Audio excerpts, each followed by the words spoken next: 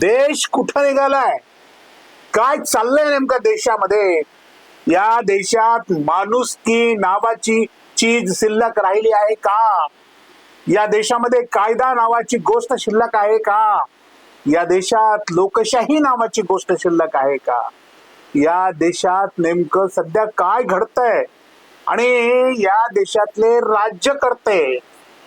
राज्यकर्ते कशा पद्धतीनं आंदोलनकर्त्याला चिरडण्याचा प्रयत्न करत आहेत, या अत्यंत वाईट आणि निषेधार्ह या विषयावर मी आज आपल्याशी बोलणार आहे. नमस्कार, मी राजीव पाटील आणि आपण पाहत आहे द रिंगल लाईव्ह.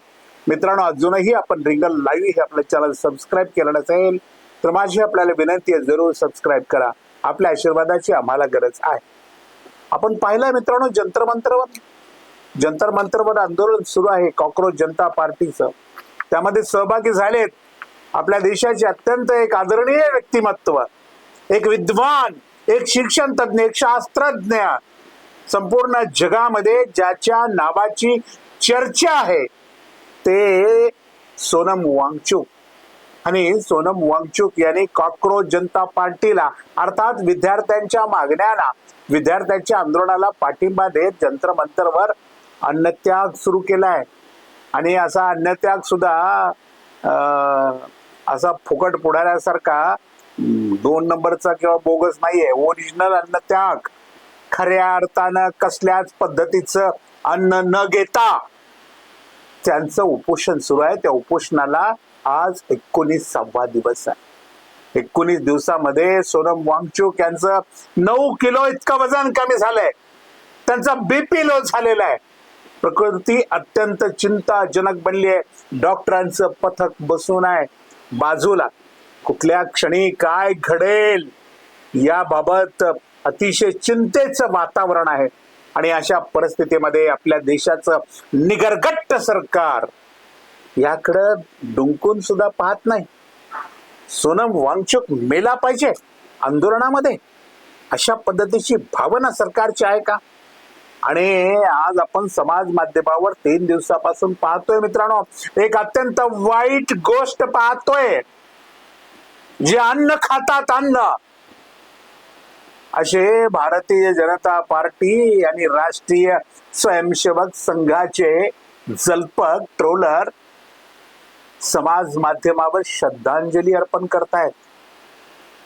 श्रद्धांजली एखाद्यानं जर सोनम वांगचुक याच्या समर्थनात पोस्ट केली फेसबुकला, तर खाली हे भाजपचे लोक भावपूर्ण श्रद्धांजली, RIP, आत्म्या शांती लाभो, अशा पद्धतीची विधानं करतायत. कुठे गेलाय आपला देश? कुठे गेली माणुसकी? कुठे गेले माणूसपण? एवढं सगळं संपलंय का हे 14 वर्षामध्ये, 12 वर्षामध्ये? मोदीजी आले आणि देशाची अक्कल संपली. मोदीजी आले आणि देशाच्या भावना चुलीत गेल्या. मोदीजी आले आणि या देशातल्या लोकांच्या संवेदना मेल्या. संवेदनशील समाज, निर्बुद्ध समाज नव्याने निर्माण झालाय का? आणि ते माग जेव्हा अण्णा हजारे जंतर मंतरवर आंदोलन करायला बसले होते काँग्रेसच्या विरोधामध्ये, तेव्हा गावोगावी मेणबत्त्या घेऊन रात्री अगदी गल्लोगल्ली फिरणारे मेलेत का सध्या? कुठे ते सगळे? त्यांचा अंतविधी पार पडलाय का? मेणबत्त्या घेऊन फिरणाऱ्यांचा मी बी अण्णा, मैं अण्णा, मी अण्णा, या देशाला वाचवण्यासाठी मी अण्णा. अरे आता हा देश मरतोय. सोनम वांगचुक सारख्या व्यक्तीवर, अशा मोठ्या माणसावर, अशा चांगल्या माणसावर, जो भारताच्या इतिहासामध्ये ज्यांचं वक्तृत्व, कर्तृत्व, कार्य इतिहासात सुवर्णाक्षराने लिहावं लागेल, असा व्यक्ती 19व्या दिवशी आज आमरण उपोषण करतो. मागणी किती साधी आहे हो, किती साधी मागणी आहे. या देशाच्या शिक्षण मंत्र्याचा राजीनामा द्या. धर्मेंद्र प्रधान यांचा. सोनम वांगचुक यांच्यापेक्षा धर्मेंद्र प्रधान मोठा नाही. खरं म्हणजे सोनम वांगचुक यांनी, अभिजित दिपके यांनी, या सर्व काक्रोच भावानी बहिणीने हे आंदोलन थांबवलं पाहिजे. अरे आंदोलन हे लोकशाहीचं मोठं आयुध आहे. लोकशाहीमध्ये आंदोलनाला महत्व आहे. लोकशाहीच नसेल तर, आणि अत्यंत संवेदना शून्य दगडाच्या काळजाचे नेतृत्व असेल तर अशी आंदोलन काय कामाची आहेत? जीव कशाला तुम्ही अडचणीत टाकताय? जीव तुमचं अत्यंत महत्वाचं आहे, प्राण अत्यंत महत्वाचा आहे. आंदोलन हे एका मर्यादेपर्यंत केलं पाहिजे. त्या आंदोलनाची दखल घेणारी माणसं पुढे असतील, त्यांच्याकडे संवेदना असतील.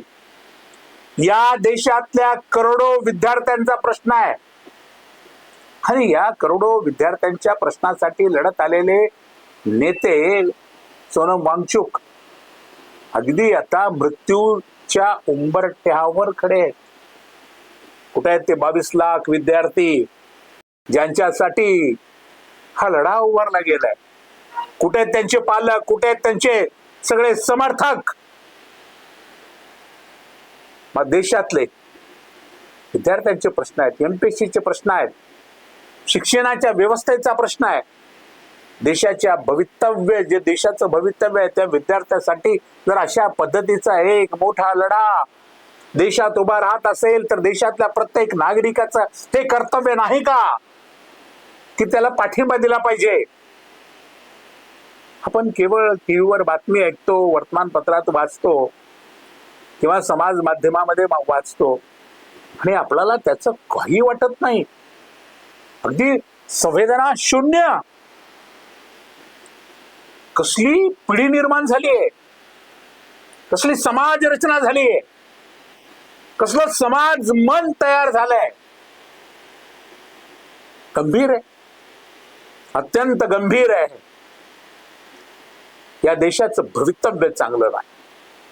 आज मजा वाटत असेल, आज आमचं सरकार आहे, आमचे पंतप्रधान आहेत, ते विश्वगुरु आहेत, छान वाटत असेल आज.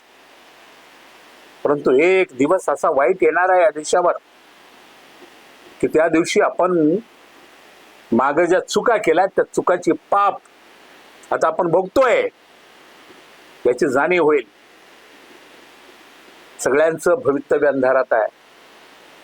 त्यावेळी देशातली शिक्षण व्यवस्था एवढी नालायक असते, तो देश कसा प्रगती करणार आहे? तो देश महासत्ता व्हायचं सोडा, निदान आपल्या पुढे येणाऱ्या पिढ्यांना सुखाने जगता येईल इतकी तरी प्रगती करेल का? नाहीच करणार. राज्यकर्ते संवेदनशील असले पाहिजे, राज्यकर्त्याला मन असलं पाहिजे, राज्यकर्त्याला भावना असल्या पाहिजे, राज्यकर्त्यांना गरिबाचं दुःख कळालं पाहिजे, राज्यकर्त्याला विद्यार्थ्याच्या अडचणी समजल्या पाहिजे, राज्यकर्त्याला शेतकऱ्यांचे प्रश्न कळले पाहिजे, राज्यकर्त्याला महिलांचे प्रश्न कळले पाहिजे. आणि हे प्रश्न हळूहळू एक एक करून सोडवण्याचा प्रयत्न राज्यकर्त्यांनी केला पाहिजे. ते दिलं सोडून निघाले पुरस्कार घ्यायला या देशाचा आणि त्या देशाचा, या सन्मान आणि तो सन्मान. मी मागे एका व्हिडिओत बोललो होतो, चाटायचेत काय सन्मान. सोनम वांगचुकचं जीवन सध्या खूप अडचणीत आहे. प्रत्येकाने त्यांना पाठिंबा दिला पाहिजे. कुठे ते अण्णा हजारे झोपलेत का? उठवा त्यांना. त्यांच्या समोर एक 50 मोठे घंट्या वाजवा. उठा अण्णा, उठा. लोकशाहीच्या फार गप्पा मारत होता तुम्ही. या देशातल्या जनतेला, अगदी देशातल्या जनतेचं सरकार आहे आणि या सरकारला सर्व प्रकारचे नागरिकांना हक्क मिळाले पाहिजेत. कुठे गेली तुमची भाषणं? कुठे गेलं तुमचं देशप्रेम? का जात नाही दिल्लीत तुम्ही आता? किंवा का बसत नाही सोनम वांगचुक यांच्या समर्थनामध्ये राळेगंज सिद्धीला आपल्या आपल्या स्वतःच्या मंदिरामध्ये? तिथे फक्त भारतीय जनता पार्टीला विजयी करण्यासाठी, त्यांना साथ देण्यासाठी आपण त्यापूर्वीच्या सरकारच्या विरोधात आंदोलनं केली, खोटी आंदोलनं केली. काही न्यायालयात पुढे सिद्ध झाला नाही, कुठलाही घोटाळा सिद्ध झाला नाही. 12 वर्षामध्ये एकही घोटाळा आणि एकही काँग्रेसचा नेता कार्यकर्ता जेलमध्ये गेला नाही. अशी तुमची आंदोलनं होती.